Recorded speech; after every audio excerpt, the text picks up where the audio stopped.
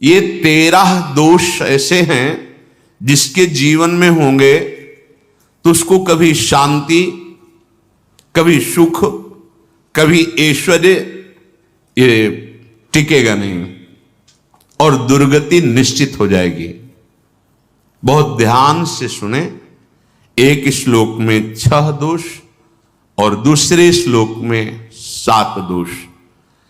उपासक को कभी इन दोषों को अपने अंदर टिकने नहीं देना चाहिए।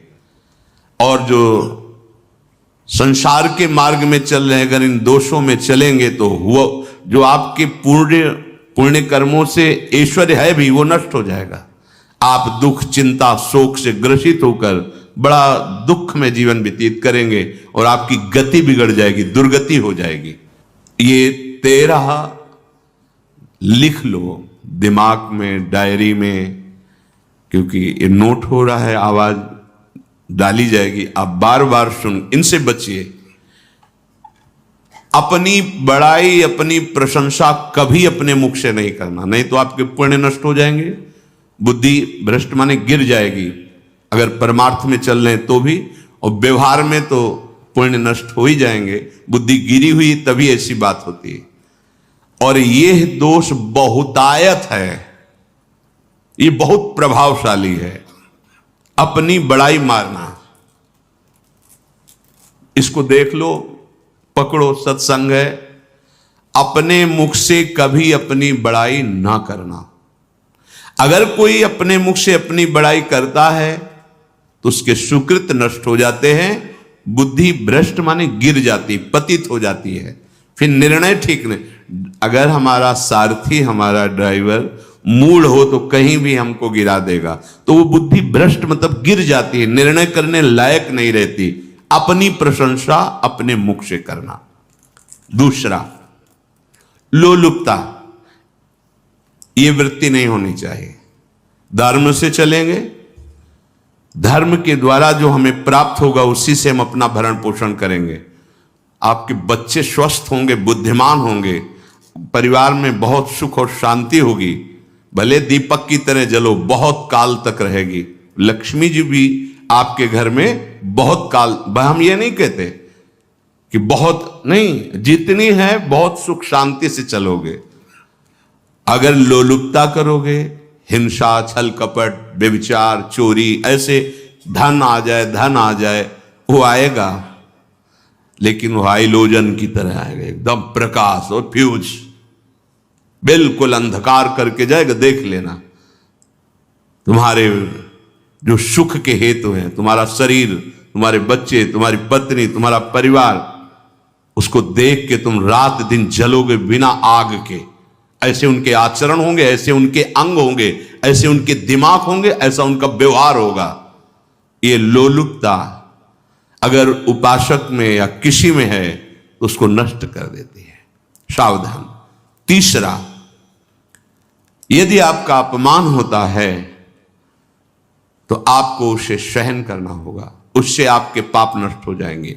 जो तनिक सा भी अपमान होने पर बहुत क्रोध करके दूसरे का अपकार करने लगता है, ये आपका पतन करा देगा, ये आपको फंसा देगा, हृदय जलेगा, अर्थव्यवस्था नष्ट होगी, पूरा परिवार दुखी होगा। जरा सा अपमान की संभावना में आप किसी से भी भिड़ गए, किसी से भी, वो ये प्रवृत्ति आपका पतन कर देगी। और अगर आप सह गए तो आपका सहना उसके लिए आग बन जाएगा। उमा क्षमा साप होते भारी, तुम्हें दंड देने की जरूरत नहीं, उसका एक कर्म ही उसे दंड दे देगा। आप शांत हो जाइए, आप सत्संगी हैं, आप शांत रहिए। चौथा, निरंतर क्रोध और उसका चिंतन। बैठे बैठे बस द्वेषियों का चिंतन ही हो रहा है, अंदर क्रोध का चिंतन और द्वेषियों का चिंतन ही हो रहा है। द्वेष भरी बातें, द्वेष भरे क्रियाएं, उन्हीं का चिंतन करके जलते रहना क्रोध से। उपासक को तो क्रोध करना ही नहीं चाहिए, बहुत शांत। ठीक है, अभ्यास में कभी क्रोध हो सकता है, उसको फिर समन करो, अंदर से प्रायश्चित, जैसा कि अब गलती हुई, आगे नहीं करेंगे। और व्यवहार में भी क्रोध को आप पीना सीखें। अगर बार बार आपका क्रोध प्रकट होता ही रहेगा, आपका स्वभाव बिगड़ जाएगा, आपके पुण्य नष्ट हो जाएंगे और आपका जीवन नष्ट हो जाएगा। देने वाला उतना दे देगा आपको आनंदित रहो, पैसा खर्चा सब पूरे जीवन का विध्वंस मचा दिया क्रोध ने। कहीं भी आप देखो, किसी से क्रोध करके देखो, फिर देखो तुम्हारा भजन चल रहा है, तुम्हारी वो आनंद वृत्ति है नहीं, जलोगे और वो जलन और गुस्सा दिलाएगी और वो बैठे बैठे जलो नहीं। ये क्रोध जो है ये चाहे व्यवहार में हो चाहे परमार्थ में, दोनों की हानि करने वाला है। और आश्रित जनों की रक्षा ना करना। अगर कोई भाग कर आपके पास आ गया है, कोई पशु पक्षी या कोई मनुष्य, आपको चाहिए कि अब चाहे हमारे पहले प्राण जाएं, उसकी रक्षा करेंगे। सीवी जैसे तो कोई बिरले ही होते हैं, पर इतना जरूर ध्यान रहे, जैसे कोई पशु पक्षी किसी भय से आपकी सीमा के अंतर्गत आ गया है, अब उसकी रक्षा करनी है आपको। अगर आप स्वयं मार देते हैं या मरवा देते हैं, ये आपके सुकृत नष्ट कर देगा, ये आपकी दुर्गति का कारण बन जाएगा।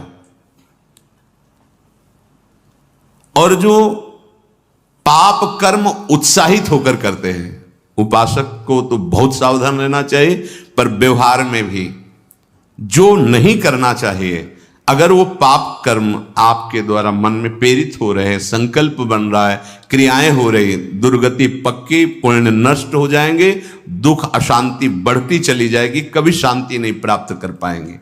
ऐसा नहीं कि जो मन में आवे सो करे।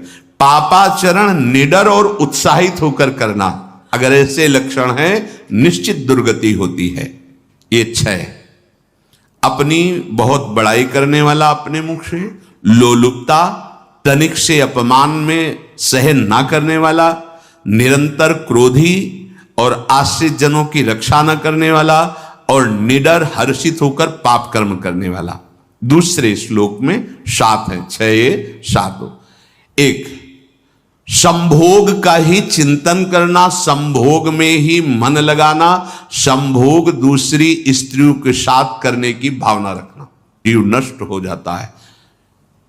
ठीक है, धर्मयुक्त काम भगवान ने आदेश किया है, आपका पाणिग्रहण संस्कार हो गया है, संतानोत्पत्ति की भावना से कुछ पवित्र तिथियों का त्याग करते हुए चर्चा में हुई है। एक नियम है, एक आदेश है शास्त्र का। आप बहुत काम प्रवृत्ति वाले हैं तो प्रत्येक मास में जब माताएं बहनें पवित्र हो जाती मासिक धर्म से, तो जिनका पाणिग्रहण आपने किया, जो पत्नी स्वरूप है, वो ठीक है। वहां भी बार बार के लिए व्यभिचार प्रवृत्ति के लिए शास्त्र आदेश नहीं करता, संयम पूर्वक, और उसका चिंतन नहीं करना। पाणिग्रहण संस्कार है, घर में विराजमान है, एक संयम एक नियम के अनुसार उसका चिंतन तो फिर भ्रष्ट कर देगा। चिंतन प्रभु का करना है, चिंतन प्रभु की सेवा जो आपके कर्तव्य, इसके चिंतन से बचो। घातक है, बहुत बड़ा जहर है, अगर विषय चिंतन होने लगा तो मरोगे, जिंदा जलोगे, दुर्गति भी होगी। ये अंदर की जो आग है ना, कामाग्नि, ये इतनी बढ़ती चली जाएगी, तुम्हारे होश खराब हो जाएंगे कि मुझे क्या करना चाहिए क्या नहीं करना चाहिए। कोवा मदांधो मदना तुरोवा, अंधा हो जाएगा, नहीं दिखाई देगा अनुजा तनुजा क्या है कौन है, कुछ नहीं, भ्रष्ट बुद्धि। संभोग का चिंतन नहीं। धर्मयुक्त काम आदेश है शास्त्र में। यदि आप प्रवृत्ति मार्ग में हैं तो अपनी पत्नी को जो पाणिग्रहण स्वीकार किया है, वहां भी पवित्र तिथियों का त्याग करते हुए, एकादशी है, रामनवमी है, नवदुर्गा है, जन्माष्टमी है, राधाष्टमी, जो पवित्र तिथियों का त्याग करते हुए और ऐसे जो मर्यादाएं हैं उसके अनुसार, और कहीं पराई स्त्री के साथ संभोग की बात, निश्चित दुर्गति पक्की है। ऐसे ही माताओं के लिए है, स्त्री शरीर के लिए है। यदि वो ऐसी गलत चेष्टा, तो पतिवंचक परपति रति करई, रो नरक कल्प सत परई। ये भोग चिंतन से बचने की चेष्टा कीजिए तो क्रिया से अपने आप बच जाएंगे। विषमता रखने वाला, सबके साथ बर्ताव ऐसा कि मैं बहुत श्रेष्ठ हूं और दूसरे सब नहीं, ऐसा व्यवहार नहीं। सब भगवत स्वरूप हैं, समान व्यवहार। जैसे आपके भोजन है तो जो आप पा रहे हो वही सबको दीजिए। बैठने की व्यवस्था, उठने की व्यवस्था, क्रम बाय क्रम, पर उसको भी नीच भाव से मत देखिए। उस कोटि का उसको प्यार दीजिए, दुलार दीजिए, सम्मान दीजिए। इतनी विषमता ना फैलाते रहें अपने जीवन में कि आप सबके निंदा के पात्र बन जाए। विषमता नहीं, सबको प्यार। हाँ ठीक है, पुत्र का अलग प्यार है, भाई का अलग प्यार है, पिता का अलग प्यार है, पर हमारा व्यवहार प्रीति युक्त होना चाहिए, विषमता भरा नहीं होना चाहिए। अगर हमारे चित्त में विषमता ही रही तो संसार है, प्रभु नहीं है। जीत विषम संसार कीर्ति जग बिस्तरे। जो विषमता पर विजय प्राप्त कर लेता है वही भगवत प्राप्ति का अधिकारी। ये विषमता बहुत बड़ी हानि है। तीसरी बात, अत्यंत मानी होना।